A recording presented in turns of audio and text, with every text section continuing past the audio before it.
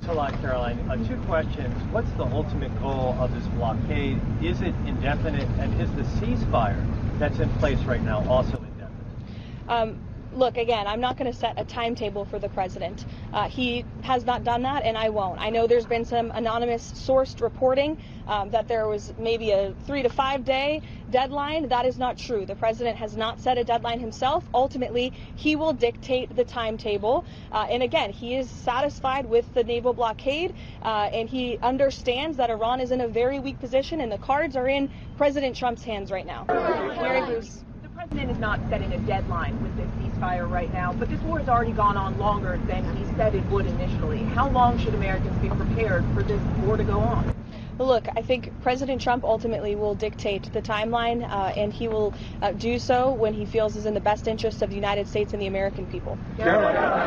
Sure, go ahead. Thank you very much. So in the same day, the president said that he doesn't want to extend the ceasefire and the bombs would start falling after the end of the ceasefire. And unilaterally, he declared that the ceasefire would be extended indefinitely. Iranian state media are openly mocking the President of the United States and saying we didn't even request the extension of the ceasefire. What's the response from the President of the United States? The response is you guys all see a lot of different messaging coming out of Iran, a lot of different rhetoric and language from them. I would caution you to take anything that they say at face value. What we've seen is that what they say publicly is much different than what they concede to the United States and our negotiating team privately. I've said that repeatedly to all of you in the news media, and you should take our word for it. Thank you so much, Caroline. So, how long is the president willing to wait for the Iranians to come to the table, and does he trust the Iranians to come to the table? Again, I've now been asked this question a few different times, a few different ways. I'm not going to set a deadline. A lot of the negotiations, or it seems public statements that we've seen from the president come on Truth Social and the Iranians on X, a lot of back and forth there.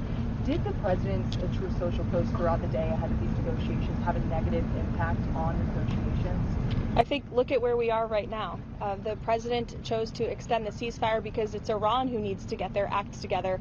The United States and President Trump have been very clear in our demands and our red lines and what we need to see in the best interest of the American people and our country and our allies from the very beginning. So the short answer to your question is no.